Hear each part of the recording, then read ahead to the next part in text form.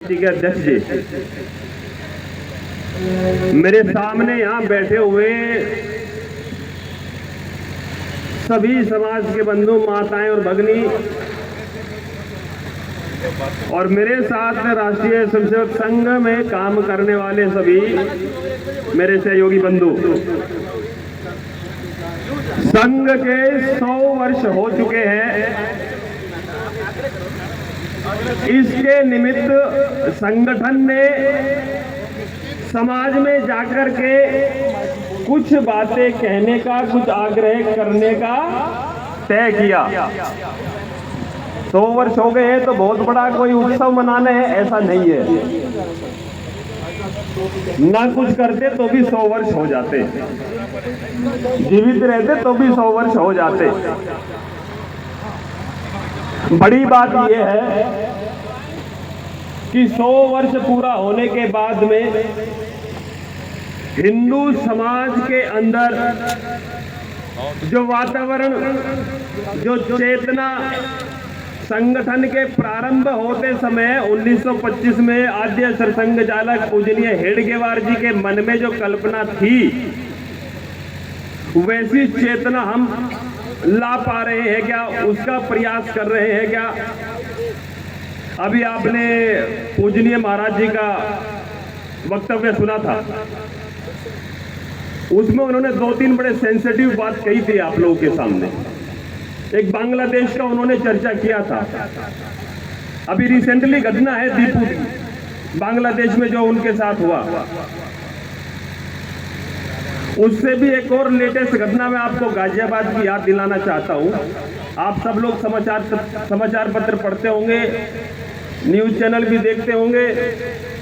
अभी एक परिवार की 3 बहनों ने, 3 बिटिया थी, उन्होंने घर के ऊपर से कूदकर आत्महत्या कर ली। जरा हाथ खड़ा करें, कितने लोगों को इस घटना का पता है? अभी गाजियाबाद की घटना है।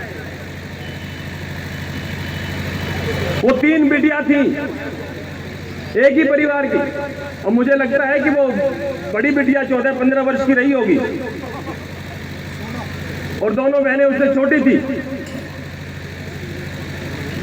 वो मोबाइल गेम खेलती थी कोई, और उस मोबाइल गेम का ऐसा प्रभाव पड़ा उनके ऊपर कि उन्होंने आत्महत्या कर ली। तो संघ जब प्रारंभ हुआ हिंदू समाज को संगठित करने के लिए, इसके अंदर जो ऊंच नीच की भाव है, जो वैमनस्य समाज के अंदर है, जो बुराइयां समाज के अंदर है, उनको समाप्त करने के लिए और हिंदुओं को संगठित करने के लिए राष्ट्रीय स्वयंसेवक संघ की स्थापना की गई। 1925 में नागपुर के एक मैदान से वो खेल में जो शाखा प्रारंभ हुई, उसका आज ये वट वृक्ष रूप हम देख रहे हैं। वर्तमान में लगभग 52,000 स्थानों पर 83,000 शाखाएं प्रतिदिन संघ के स्वयंसेवक लगाते हैं। लगभग 29 देशों में अपनी शाखाएं लगती हैं। जिन्होंने संघ की स्थापना की, हेडगेवार जी 1925 में स्थापना की और 1939 में वो चले गए। मात्र 15 वर्ष वो रहे जिन्होंने संघ की स्थापना की। एक छोटी सी जगह से प्रारंभ करके इन 15 वर्षों में पूरे भारतवर्ष की यात्रा प्रवास पर वो रहे और अंत में वो इतने बीमार हो गए कि उनके रक्त का पानी बन गया। जब अंत में डॉक्टरों ने इलाज किया तो उनका वो लंबर पंक्चर करना पड़ा कि वो खून का पानी बन गया। इतना था परिश्रम, इतनी मेहनत उन्होंने संगठन को जीवित करने के लिए, खड़ा करने के लिए, समाज को बताने के लिए इन 15 वर्षों में की। अब प्रश्न ये उठता है कि क्या आवश्यकता थी, क्योंकि ये जो ध्येय वाक्य आप यहां देख रहे हैं, मम दीक्षा हिंदू रक्षा, मम मंत्र समानता, वो जब दौर था 1925 का, आजादी के संघर्ष काल था, वो दिख रहा था स्वतंत्रता मिल जाएगी, लेकिन ये स्वतंत्रता मिल जाएगी, लेकिन स्वतंत्र कितने दिन रहेंगे, इसकी क्या गारंटी है कि स्वतंत्र मिलने के बाद भी हम स्वतंत्र रहेंगे। पहले भी हम सुनते थे कि भारतवर्ष, यहां दूध की नदियां बहती हैं, यहां इतने बलशाली व्यक्ति हैं, यहां का ज्ञान विज्ञान इतना उत्कृष्ट है। जब सबसे ज्यादा बलशाली थे, सोने की चिड़िया सबसे ज्यादा धनवान थे, ज्ञान विज्ञान में सबसे ज्यादा थे, तो ये इतना लंबा कालखंड हमारा संघर्ष का क्यों रहा? क्यों? क्योंकि हिंदू समाज के अंदर एकता नहीं थी, जो समानता, जो मितव्ययता, जो आत्मीयता एक दूसरे हिंदू भाई के प्रति होनी चाहिए, इसकी कमी थी। तो संघर्ष का कालखंड रहा, तो इतने मुगल आक्रांता आए, तो हमारी ऐसी स्थिति हुई, तो इतने मान बिंदुओं का हमारे अपमान हुआ। अयोध्या का राम मंदिर एक लंबा कालखंड एक संघर्षों का रहा है, लाखों लोगों का बलिदान हुआ। एक नहीं 1000 उदाहरण आपके सामने है, किस प्रकार से हिंदुओं के मान बिंदुओं का अपमान किया गया, हिंदुओं को प्रताड़ित किया गया। और एक और उदाहरण मैं आपको अभी बता दूं, जैसे बांग्लादेश की चर्चा कर रहे थे, हमारे मध्य यहाँ श्री अर्जुन जी भाई साहब बैठे। अर्जुन जी भाई साहब एक बार खड़े हो जाएंगे जरा। अर्जुन जी भाई साहब पाकिस्तान से आए हैं, सिंध प्रांत से, और आप जानते हैं ये जो सीएए का विरोध हुआ तो 2019 में ट्रंप जब आए, जो दंगे फैलाए गए, जो नागरिकता देने की बात थी, ये हिंदू भाई प्रताड़ित परिवार वहां पाकिस्तान से आए। आने के बाद अभी 2024 में शायद नागरिकता मिली है, और आपको पता है कि कैसे आने देते हैं? वो आने भी नहीं देते हैं। कभी बच्चों को रख लेंगे, कभी बेटियों को रख लेंगे, कभी उनका वीजा नहीं देंगे, कभी उनका वीजा नहीं देंगे। पूरे विश्व में अगर सबकी कोई बात करता है तो वो हिंदू है, और इस हिंदू का संगठित रहना पूरे विश्व की शांति के लिए आवश्यक है। ये अपने समाज, अपने देश के लिए नहीं, पूरे विश्व की शांति के लिए हिंदू का संगठित रहना आवश्यक है। इसलिए संगठन की स्थापना की गई। और आज जैसे मैंने बताया लगभग 52,000 स्थानों पर 83,000 शाखाएं लगती हैं, और प्रतिदिन 1 घंटे की शाखा में संघ के जो कार्यकर्ता हैं, संघ के जो स्वयंसेवक हैं, वो नमस्ते सदा वत्सले मातृभूमि, अपनी मातृभूमि को प्रणाम करने की बात करते हैं, इसकी वंदना करने की बात करते हैं, और मम दीक्षा हिंदू रक्षा मम मंत्र समानता, इसकी बात करते हैं। ये मन में विचार रखकर 1 घंटे पर कार्यक्रम वहां रखते हैं संघ के कार्यकर्ता, और फिर वहां से संस्कार लेके 23 घंटे जो अपने सामाजिक, पारिवारिक और राजनीतिक जीवन में जाते हैं, तो उन संस्कारों की चर्चा करते हैं, उन सद्गुणों को फैलाते हैं। यह कार्य संगठन लगभग 100 वर्षों से कर रहा है। शताब्दी वर्ष में संगठन के आह्वान पर 4-5 समाज से जुड़ने के कार्यक्रम तय हुए। सबसे पहला कार्यक्रम विजयदशमी का था, वो चला गया। उसके बाद में संघ के कार्यकर्ता प्रत्येक हिंदू घर में गए, और प्रत्येक हिंदू घर में जाकर अपनी बात कही और उनकी बात सुनी। संगठन क्या चाहता है और समाज संगठन से क्या चाहता है, यह वार्तालाप हर घर में जाके कार्यकर्ताओं ने किया। और 5 मुख्य बातों को लेकर के हम समाज में गए। अब राष्ट्रीय स्वयंसेवक संघ समाज से क्या चाहता है, इन 5 बातों में उन सारी बातों का सार है। ध्यान दे के सुनेंगे। जो बिटिया 3 बिटियाओं ने आत्महत्या की उस मोबाइल का गेम खेलते हुए, जो अपने हिंदू मान बिंदुओं का अपमान होता रहा, अब नहीं होगा। इन सब बातों का सार इन 5 बातों में है। जाति, क्षेत्र, भाषा पंथ, संप्रदाय, ऊंच नीच, आर्थिक, इन बातों के आधार पर किसी भी हिंदू से हम भेदभाव नहीं करेंगे। जो मेरे क्षेत्र में जितने हिंदू रहते हैं, हम हिंदुओं में जाति नहीं मानते, विभेद नहीं मानते, संगठन ऐसा कहता है, लेकिन बताने वाले हिंदुओं में प्रकार बताते हैं। तो जितने भी प्रकार के हिंदू हैं मेरे क्षेत्र में, हर उस हिंदू प्रकार के घर से मेरा पारिवारिक मित्रता होगी, ऐसा हमको करना है। उनके पारिवारिक कार्यक्रमों में, उनके क्षेत्रीय भाषाई कार्यक्रमों में मैं जाऊंगा और उनको अपने कार्यक्रमों में मैं बुलाऊंगा। ऐसा प्रत्येक हिंदू घर से मेरा संपर्क रहना चाहिए, ऐसा हमको करना है। ये सब बातें संगठन आग्रह कर रहा है हिंदू समाज से कि क्या करें जिससे कि आप जो परिकल्पना करते हैं कि देश समाज हो, देश सुंदर हो, समाज सुंदर हो, मेरा गली मोहल्ला सुंदर हो, ये सब बातें हो, तो उसके लिए क्या करें। यह बातें उसके करने के लिए आवश्यक है कि हम किसी भी प्रकार से किसी भी हिंदू से भेदभाव नहीं करेंगे, सबके साथ मेरा पारिवारिक मित्रता रहेगी या मैं रखूंगा, ऐसा संकल्प लेंगे। इसको कहते हैं सामाजिक समरसता।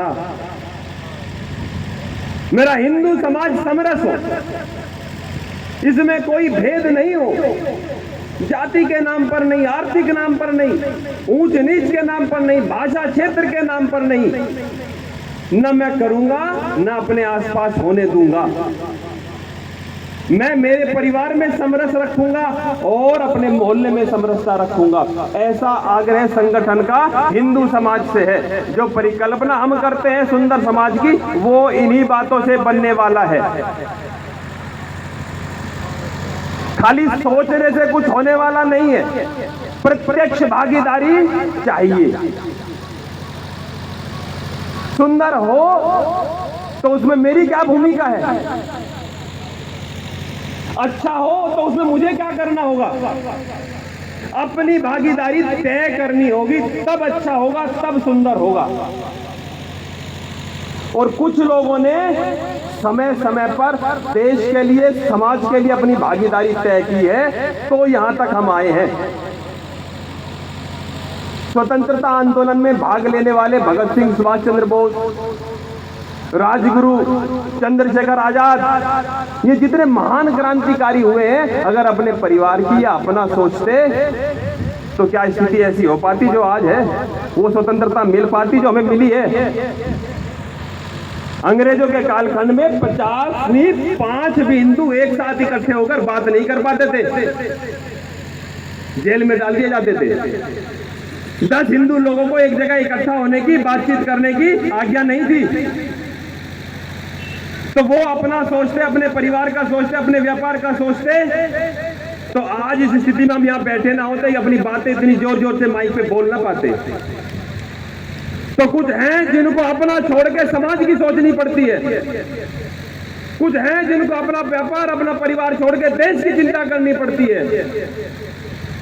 और राष्ट्रीय स्वयंसेवक संघ कहता है कि मैं अपने पवित्र हिंदू धर्म, हिंदू समाज, हिंदू संस्कृति का रक्षण करते हुए देश के सर्वांगीण विकास के लिए अपना सर्वस्व निछावर करूंगा, ऐसा संघ का कार्यकर्ता सोचता है।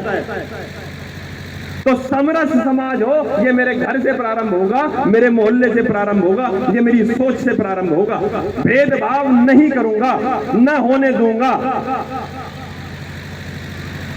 एक दिन अपने परिवार के बीच में बैठ करके अपने बड़ों की, अपने समाज की, अपने संस्कारों की चर्चा पूरे परिवार के साथ करूंगा।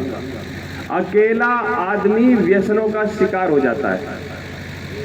जब आदमी अकेला रहना शुरू कर देता है तो उसमें हजारों बुराइयां आ जाती है। गपशप जब तक होती रहती है, संवाद जब तक होता रहता है, तो व्यक्ति का स्वभाव ठीक रहता है, उसकी तार्किक क्षमता ठीक रहती है, वो अच्छे भले बुरे का विवेक से निर्णय ले पाता है। जैसे ही आदमी अकेला होना शुरू होता है तो उसके अंदर बुराइयां आने लगती हैं। परिवार के साथ बैठ करके संवाद करेंगे। मेरे बच्चे के हाथ में मोबाइल है तो वो स्कूल का कार्य कर रहा है, अपनी पढ़ाई का कार्य कर रहा है, वो पिक्चर देख रहा है, वो कोई नाटक देख रहा है, वो कोई गेम खेल रहा है, वो क्या कर रहा है, इसकी चर्चा जब एक दिन बैठ के परिवार में आप तय करोगे कि एक साथ भोजन करेंगे, एक साथ चर्चा करेंगे, तब ये बातें निकल के आएंगी। आपको अपने परिवार का पता होगा, आपको पता होगा आपका बच्चा किधर जा रहा है, आपको पता होगा आपका बच्चा मोबाइल पर क्या गेम खेल रहा है, क्या देख रहा है। वो 3 बच्चियां मोबाइल पर गेम खेलते खेलते ही इतने उत्साहित हो गए कि उन्होंने आत्महत्या कर ली, तीनों बच्चियों ने। इससे पहले भी एक उदाहरण था, भी लगभग 1 वर्ष हो गया होगा, संजय नगर का जैन का एक बालक था, वो 5 वक्त का नमाजी बन गया था मोबाइल पर गेम खेलते खेलते ही। सुना है कि किसी ने हाथ उठाए जरा? गाजियाबाद की घटना है ये भी। हमारा बच्चा मोबाइल पर क्या देख रहा है, क्या गेम खेल रहा है, ये तब पता लगेगा जब बैठ के परिवार में संवाद करेंगे। एक साथ पूरा परिवार बैठ के जब चर्चा करेगा तब समझ आएगा कि बेटा किधर जा रहा है, बिटिया किधर जा रही है, विद्यालय कितना जा रहे हैं, ट्यूशन कितना जा रहे हैं, मोबाइल कितना देख रहे हैं। ये होगा तब जब हम इसकी तय करेंगे कि सप्ताह में एक दिन पूरे परिवार के साथ बैठना है। इसको संघ ने नाम दिया है कुटुंब प्रबोधन। मैं 5 बातें कह रहा हूं, जरा ध्यान से सुनेंगे मेरी बातें। पहली बात हमने कही समरसता, सामाजिक समरसता, ऊंच नीच नहीं रहेगी, न करने देंगे। दूसरी बात आई कुटुंब प्रबोधन, कि परिवार के साथ बैठ करके चर्चा करें। मेरे बड़े जो हुए हैं, दादा जो हुए, परदादा जो हुए, उनके नाम उन्हें बताएं, उनका जीवन चरित्र उन्हें सुनाएं, उन्हें बताएं कि किस प्रकार संघर्षों से और क्या विशेषताएं आपके दादा में रही, आपके परदादा में रही। वो जड़ों से बच्चों को जोड़े और उन्हें प्रेरित करें कि आप भी वैसे ही अच्छा बनना है जैसे दादाजी हुए हैं, आपको भी समाज में वैसा ही नाम करना है जैसे परदादा ने किया है। तो बालक अपनी जड़ों से जुड़ा रहेगा, अपने संस्कारों से जुड़ा रहेगा, और इस तरह की घटनाएं कम होंगी या नहीं होंगी। जितना हमारा प्रयास होगा उतनी ही सफलता मिलेगी, वैसा ही अपना समाज होगा। ये बातें करने की है, भाषण की नहीं है। हम यहां से गए और जितनी बातें यहां सुनी वो सब यहीं छोड़ दी, ऐसा करने से काम चलने वाला नहीं है। जो बातें यहां हुई, जो चर्चा यहां हुई, उनको गुणेंगे, उनका मनन करेंगे और परिवार के साथ बैठ के उनका चिंतन करना तय करेंगे। यह सब हमें करना होगा, वरना सब कुछ होगा और आपका परिवार नहीं होगा। आप पैसा भी कमाएंगे, आप मेहनत भी करेंगे, लेकिन ये सब करते करते कभी पीछे मुड़ के देखेंगे तो वो परिवार नहीं पाएंगे जिसके लिए पूरा जीवन आपने लगा दिया। जो मन में कल्पना थी वैसा कुछ भी आपको पीछे नजर नहीं आएगा अगर हमने इन बातों का ध्यान नहीं दिया। घर में बात करते हुए मैं स्वयं का बोध रखूं, अपनी संस्कृति, अपने इतिहास और अपनी भारतीयता का मेरे अंदर बोध रहे, और वह बोध मेरी भाषा से, मेरे पहनावे से, मेरे भजन से, मेरे भ्रमण से, मेरे भोजन से, इन सभी बातों से मेरी भारतीयता झलकनी चाहिए। मैं परिवार में हूं तो अपनी मातृभाषा में बात करूं। हम दूसरे प्रांत में रहते हैं तो वहां की भाषा सीखें, जिस भी भाषा में वार्तालाप हो सके वैसा हम करें। विदेशी भाषा सीखें, सीखने में कोई बुराई नहीं, सभी भाषाएं आनी चाहिए, लेकिन मैं अपने भाव, अपनी बातें अपने परिवार में अपनी मातृभाषा में करूं। धोती बांधनी नहीं आती है तो कोई बात नहीं, लेकिन किसी दिन अगर पूजा है, घर में कोई पर्व है, कोई उत्सव है, कम से कम इतना ज्ञान तो हो कि उस दिन पूजा पाठ में तो धोती बांध के बैठ सके। ये अपना भारतीय परिवेश है, ये पहनावा हमारा रहा है, ये हमारी संस्कृति का हिस्सा रहा है। तो मेरे पहनावे में, मेरी भाषा में, मेरी बोलचाल में और मेरे भोजन में प्रतिदिन बाहर से पिज्जा बर्गर मना कभी कभी चलेगा, लेकिन रोज उसी की आदत बन जाएगी तो क्या होगा? वो डॉक्टर बंधु होंगे तो बताएंगे कि क्या फायदे क्या नुकसान होते होंगे। लेकिन मैं जितना हो सके अपने घर में, अभी डॉक्टर लोग क्या कह रहे हैं कि मोटा अनाज खाओ, अभी वापस उसी पद्धति पे आ रहे हैं जो पहले अपने पूर्वज जिसको फॉलो किया करते होंगे, जिसको मानते होंगे कि मोटा अनाज खाओ। अभी चक्कियों पे जाते हैं तो सब तरह के अनाज दिखते हैं, ये मक्का का, ये ज्वार का, ये रागी का, ये चने का, सब मिलाओ और सब खाओ 1-1 किलो ला करके हैं। तो गेहूं जब से आया बीमारी आ गई। पहले मोटे अनाज की बनती थी रोटियां सब। तो मेरा पहनावा, मेरी बोलचाल, मेरा भोजन, इसमें भारतीयता रहनी चाहिए, इसमें स्व का बोध रहना चाहिए और मेरे स्व का मुझे गर्व होना चाहिए। ये दकियानुसी नहीं है, ये पिछड़ा नहीं है, ये प्रोग्रेसिव है। इसका मुझे गर्व होना चाहिए कि हाँ मैं भारतीय हूं। मेरे बड़े इस बात को फॉलो करते आए, मानते आए और वो स्वस्थ थे, मैं भी मानूंगा। वो संस्कारित थे, मैं भी मानूंगा। वो बलशाली थे, मैं भी वैसा ही मैं भी करूंगा जैसा मेरे पूर्वज करते आए। तो जितना जीवन उनका अच्छा बीता उतना ही अच्छा मेरा भी बीतेगा। आए दिन हम डॉक्टर के यहाँ नहीं खड़े रहेंगे। भाषा, भोजन और पहनावा भारतीयता, उसके बाद भ्रमण, घूमने में जाता हूं, विदेश जितना जाऊं अच्छा है, लेकिन जितने भारतीय हैं अपने यहाँ पर दर्शनीय स्थल हैं, ऐतिहासिक स्थल हैं, उन सब के भी दर्शन करें। वह भी हमारी सूची में हो कि चलो इस बार जैसलमेर का किला देखेंगे, इस बार आमेर का किला देखेंगे, इस बार झांसी का किला देखेंगे। ये जितने ऐतिहासिक स्थल हैं, इनसे प्रेरणा मिलती है, इनकी कहानी भी हमें पता हो। ये सोचना पड़ेगा, हमें भी पढ़ना पड़ेगा, तभी बता पाएंगे बच्चों को। हमें नहीं पता होगा तो क्या बताएंगे? झांसी के किले की अगर महत्वता हमें ही नहीं पता होगी तो बच्चों को क्या बताएंगे? हमें तय करना होगा कि समाज में हम किस प्रकार का वातावरण चाहते हैं और उसके लिए अपनी मेहनत करनी होगी। पहले हमें समझना होगा, हमें सीखना होगा, तब हम आगे अपने आने वाली पीढ़ी को सिखा पाएंगे। पहले हमारे ध्यान में महत्व होना चाहिए अपनी संस्कृति का, अपने दर्शनीय स्थलों का, अपने पहनावे का, अपने भोजन का। हमें ही ज्ञान नहीं होगा तो हम क्या ज्ञान देंगे? बातें करने से खाली योगी जी कोई कर देंगे या कोई राजनीतिक दल कर देगा या कोई आगे ऊपर से चमत्कार हो, ऐसा होने वाला नहीं है। इस समाज को सुंदर करने के लिए, भारत देश की सर्वांगीण उन्नति के लिए, भारत माता को परम वैभव तक ले जाने के लिए मेरी भूमिका तय होनी चाहिए। जब तक मेरी भूमिका तय नहीं होगी, कोई ऊपर से आके जादू मंत्र नहीं होगा। भंडारे के लिए जितने लोग हम इकट्ठा हो जाते हैं, देश के चिंतन के लिए भी, समाज की चर्चा के लिए भी उतने ही लोग इकट्ठे हो तो देश सुंदर बनेगा। जैसा हम चाहते हैं वैसा होगा, नहीं तो क्या होगा? हम सब तो होंगे, मेहनत तो होगी, पैसा तो होगा, गाड़ी तो होगी, लेकिन किसके लिए? वो घर नहीं होगा, वो मोहल्ला नहीं होगा, कुछ पता नहीं होगा कि कौन कहां जा रहा है, बेटा किधर जा रहे हैं, बेटी किधर जा रही है, कुछ पता नहीं होगा। सब कुछ बेकार लगेगा। और पूरा जब से आदमी अधेड़ होना शुरू होता है ना, और अंत समय तक वो इस गिलानी में ही रहता है कि यार क्या किया मैं, किसके लिए किया मैं।